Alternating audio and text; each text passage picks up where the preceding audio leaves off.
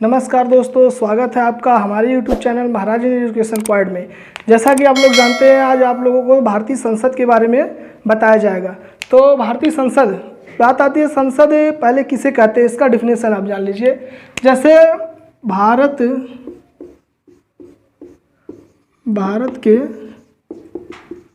केंद्र व्यवस्थापिका,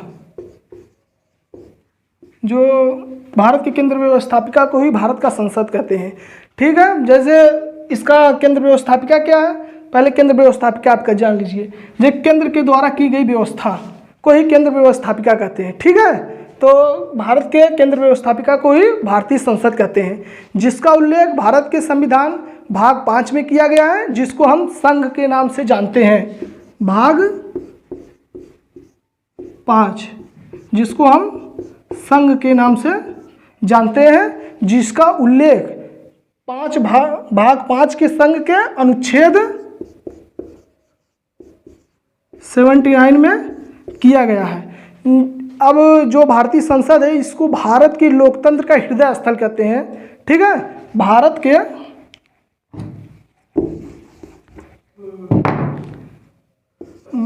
के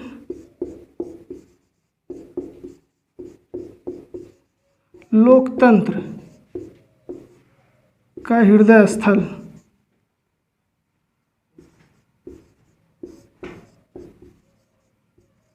जो भारतीय संसद है, भवन है, इसको भारत के लोकतंत्र का हृदय स्थल कहते हैं। ठीक है, अब हम आपको भारतीय संसद भवन के बारे में बताने वाले हैं।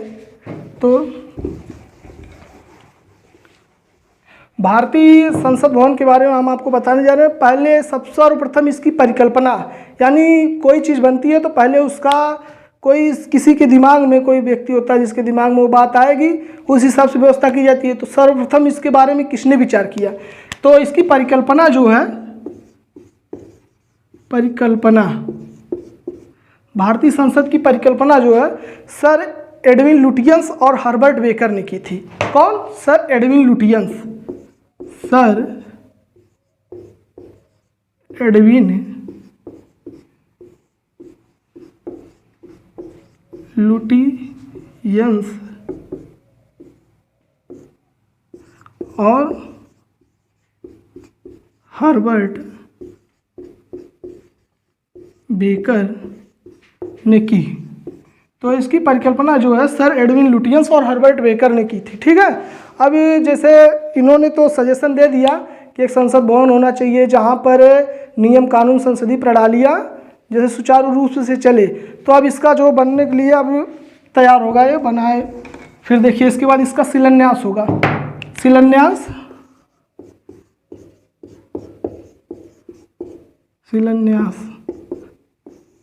अब शिलान्यास का मतलब समझे। शिलान्यास का मतलब क्या है, जैसे किसी भी आप अपना घर बनवाते हैं तो पंडित जी को बुलाएंगे, उनसे आप पूछेंगे कि मुहूर्त पूछेंगे।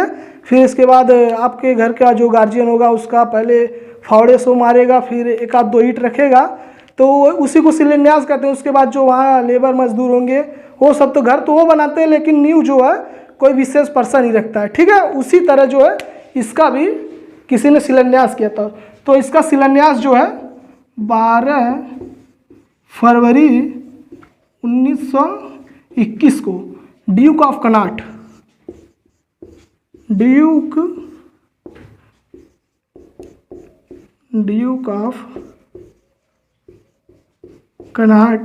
ने किया। तो यही विशेष पर्सन है जिसने भारतीय संसद का शिलान्यास किया था 12 फरवरी 1921 को। ठीक है, अब जब ये बनकर तैयार हो गया, इसे बनने में कुल 6 वर्ष लगे थे। ठीक, तो ये 18 फरवरी 1927 को बनकर तैयार हुआ, जिसका उद्घाटन जो है उस समय के तत्कालीन गवर्नर जनरल लॉर्ड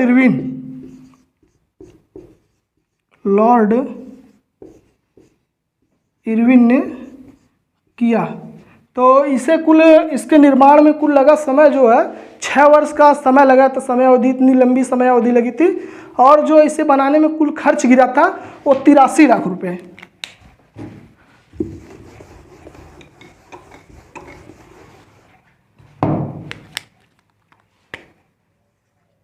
83 लाख रुपए जो है, इसे बनाने में कुल 83 लाख रुपए खर्च गिरे थे। और हम आपको एक बात और बता देना चाहिए, जैसे रुपए का सिंबल जो बना है ना, ये हमारे तमिलनाडु के रहने वाले एक स्टूडेंट थे जो कि मुंबई IIT के स्टूडेंट थे, उन्होंने दिया था। ये भी एक प्रतियोगिता के द्वारा, भारत के वित्त मंत्रालय के द्वारा एक प्रतियोगिता जारी की गई थी कि हमें एक सिंबल की ज़रूरत है। इसके बाद उन्हीं में से इनका वाला जो अच्छा लगा भारत के वित्त मंत्रालय को, तो इनको चूज़ किया गया है। कौन बनाए थे? उदय कुमार, उदय कुमार।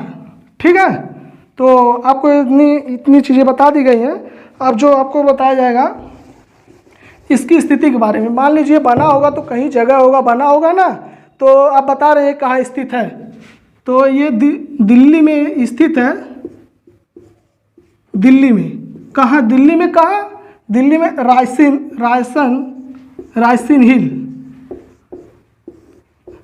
रायसन हिल है, जो कि अरावली पर्वत श्रृंखला पर। कहाँ? अरावली पर्वत श्रृंखला पर।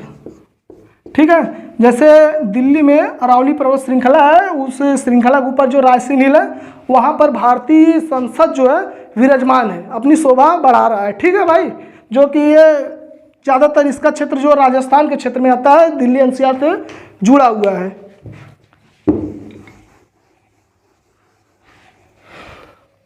अब हम भारतीय संसद के अंग के बारे में आपको बताने वाले हैं कि ये किससे मिलकर बना हुआ है। ऐसे तो मान लीजिए वो भवन उसका जो ईंट पत्थर कंकड़ सीमेंट उमेंट से मिलकर बना है, लेकिन एक बता रहे हैं आपको, भारतीय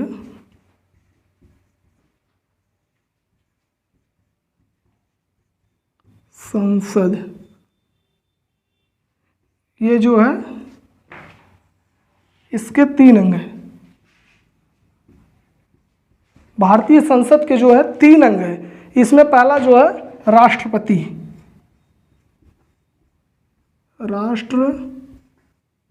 है, जिसका उल्लेख अनुच्छेद 52 में मिलता है, जो कि भाग 5 में ही आता है, जिसको संघ कहते हैं। हम आपको पहले बता ही चुके हैं, 52। और एक है राज्यसभा,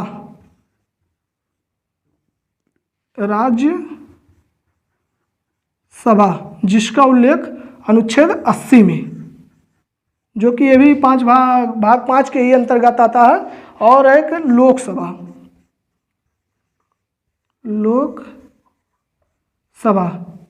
जिसका उल्लेख अनुच्छेद 81 में मिलता है। ठीक है, तो इससे मिलकर हुआ है। तो आज हम आपको इस वीडियो में राज्यसभा के बारे में ही सिर्फ बताएंगे, और जो राष्ट्रपति हुआ, लोकसभा हुआ, इसके लिए हम अलग वीडियो बनाएंगे। ठीक है भाई, तो अब बात आती है राज्यसभा की। राज्यसभा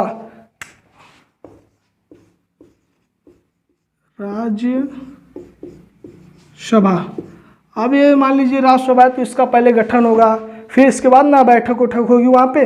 तो इसका गठन जो सर्वप्रथम इसका गठन जो हुआ था 3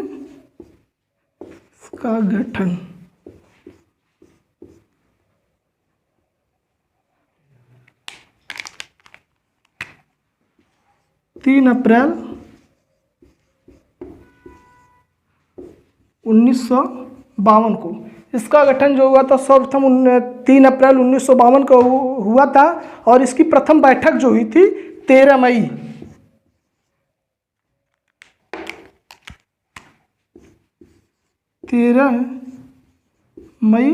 1952 को ही इसका प्रथम बैठक हुआ था। ठीक है, तो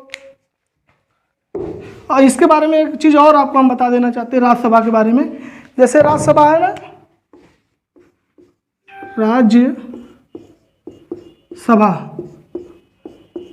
राज्यसभा को पहले काउंसिल ऑफ स्टेट के नाम से जाना जाता था।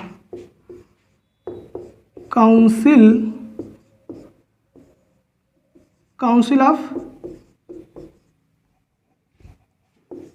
Of state.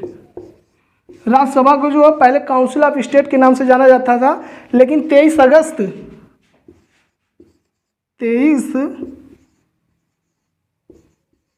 23 अगस्त 1954 को 23 अगस्त 1954 को राज्यसभा के सभापति ने घोषणा की कि अब इसका नाम चेंज कर दिया इन्होंने। काउंसिल, पहले तो पुराना नाम जो काउंसिल ऑफ स्टेट था, लेकिन 23 अगस्त 1954 को राज्यसभा के सभापति ने घोषणा की कि अब इसका एक नया नामकरण किया इन्होंने, राज्यसभा। ठीक है, जैसा कि अब आपको बताने वाले हैं अब राज्यसभा के बारे में। अनुच्छेद 249 के तहत जो है राज्यसभा के सदस्यों के द्वारा राज्य सूची पर संसदीय कानून बनाने के लिए काम किया जाता है। ठीक है, संसदीय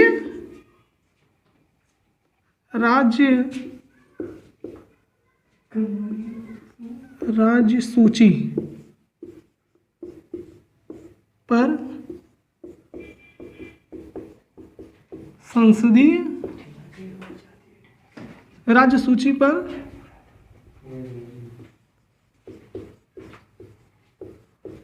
कानून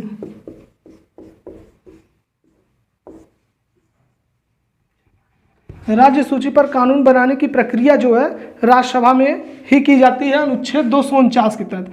अब आता है अब राज्य सूची क्या है? राज्य सूची मतलब राज्य सूची पर कानून बनाना, मतलब इसका है कि राज्य स्तर के लिए कानून बनाने की प्रक्रिया जो संसदीय पहल की जाती है वो राज्यसभा द्वारा ही की जा सकती है, राज्यसभा में ही हो सकती है। ठीक है, अब 80(1) के अनुसार क्या है? राज्यसभा के सदस्यों की अधिकतम संख्या जो है 250 निर्धारित की गई है। अधिकतम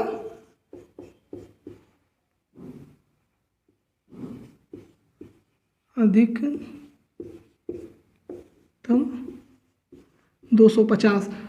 अनुच्छेद 80(1) के तहत अधिकतम राज्यसभा के सदस्यों की संख्या 250 की गई है। ठीक है, निर्धारित की गई है। अब इसके बाद अनुच्छेद 83 के अनुसार क्या है? संघ राज्यों एवं संघ राज्य क्षेत्रों से जो है 200, इसमें से पहली बात 245 पदों पर चुनाव होता है, यानी ये संख्या जो 250 है इसमें से 245 ही भरे जाते हैं और बाकी उसी तरह रिक्त पड़े रहते हैं। ठीक है, और 83 के अनुसार जो 233 सदस्यों को राज्य एवं राज्य संघ क्षेत्रों से चुना जाता है, एक अनुपातिक एकल संक्रमणी चुनाव पद्धति के द्वारा। ठीक है, 233 सदस्यों को। और 84 के अनुसार क्या है? अनुच्छेद 84, इसमें 12 सदस्यों को जो है राष्ट्रपति के द्वारा मनोनीत किया जाता है। अब बात आती है कि वो सदस्य कौन होंगे, कि जिनको 12 सदस्य जो होंगे जिनको राष्ट्रपति मनोनीत करेगा, तो वो जो होते हैं अपने विषयों के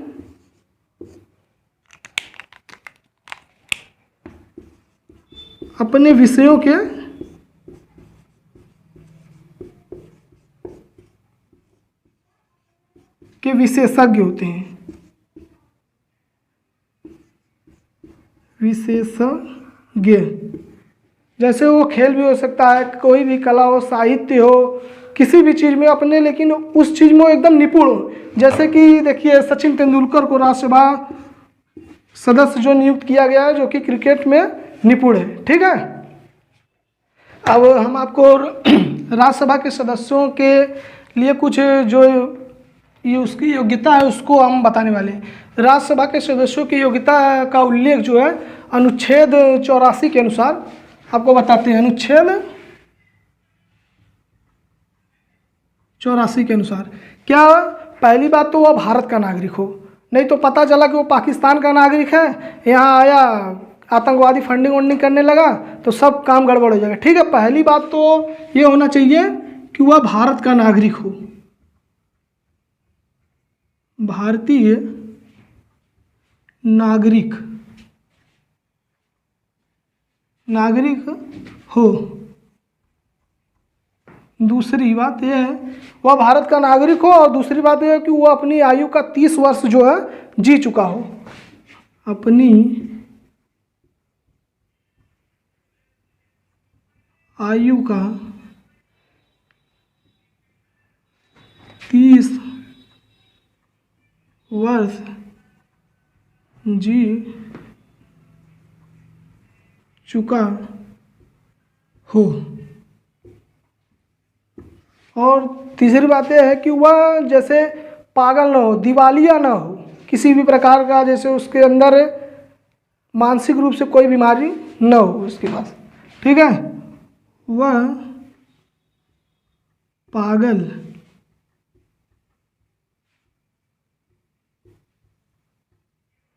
दिवालिया, वह पागल या दिवालिया ना हो। नहीं तो पता चला राज्यसभा सदस्य जो पागल है, बैठ गया वहाँ, लगा चप्पल जूता से सबको मारने, तो गड़बड़ हो जाएगी। इसलिए कि वह पागल और दिवालिया न हो। ठीक है। चौथा क्या है, वह ऐसी योग्यता रखता हो जो संसद के द्वारा निर्धारित की जाए। वह अन्य ऐसी योग्यता रखता हो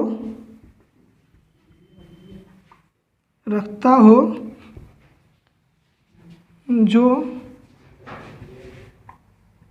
संसद के द्वारा लागू किया जाए। ठीक है। तो ये होगी राज्यसभा के सदस्यों की योग्यता। ठीक। तो अब हम आपको कार्यकाल, उनका कार्यकाल बताने वाले हैं। ये भी जो है अनुच्छेद 84 के अंतर्गत ही आता है। ठीक है। कार्यकाल भी जो है इसका अनुच्छेद 84 के अंतर्गत ही आता है। इसमें क्या है, राज्यसभा को कभी भी पूर्णतः विघटन नहीं किया जा सकता है। यह एक अस्थायी सदन है। क्या है, यह एक अस्थायी सदन है। ये जनता का नहीं, ये राज्यों का सदन होता है। क्या है, ये जनता का नहीं,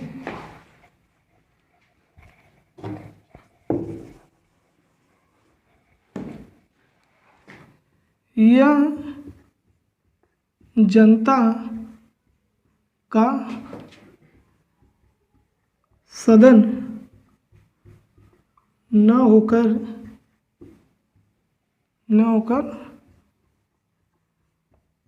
राज्यों का सदन होता है। यह जनता का सदन न होकर राज्यों का सदन होता है। पहले इसका कार्यकाल अनुच्छेद 84 के अनुसार यह एक अस्थायी सदन है और यह जनता का सदन न होकर राज्यों का सदन होता है। अब इसके कार्यकाल के बारे में आपको बताते हैं। इसके सदस्य जो है 6 वर्ष के लिए चुने जाते हैं। ठीक है। इसके सदस्य जो है 6 वर्ष के लिए चुने जाते हैं। 6 वर्ष के लिए चुने जाते हैं। 6 वर्ष के लिए इसके सदस्य चुने जाते हैं और इसका कभी भी पूर्णतः विघटन, इसका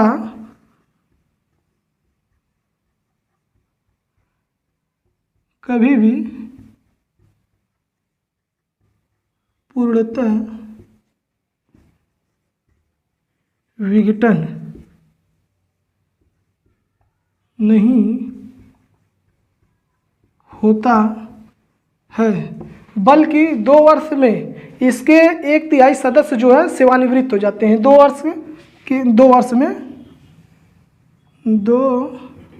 वर्ष में इसके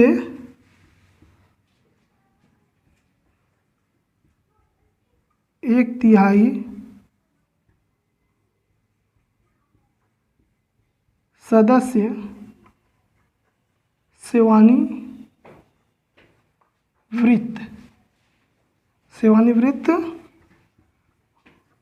हो जाते हैं। सेवानिवृत्त का मतलब उन्हें अवकाश प्राप्त हो जाता है। 2 वर्ष के अंतराल में, 2 वर्ष में इसके 1/3 सदस्य जो राज्यसभा के सदस्य हैं सेवानिवृत्त हो जाते हैं। ठीक है। अब इसके अधिवेशन के बारे में हम आपको बताएंगे।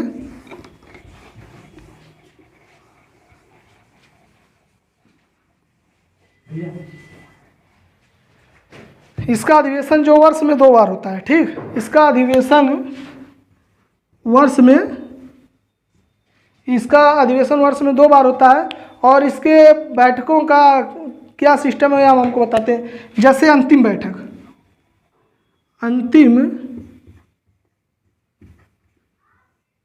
बैठक व आगामी बैठक की नियत तिथि के मध्य 6 मास से अधिक का अंतर नहीं होता है।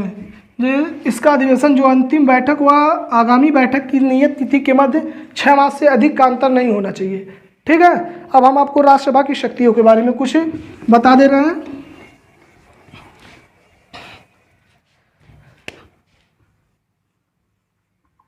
राज्यसभा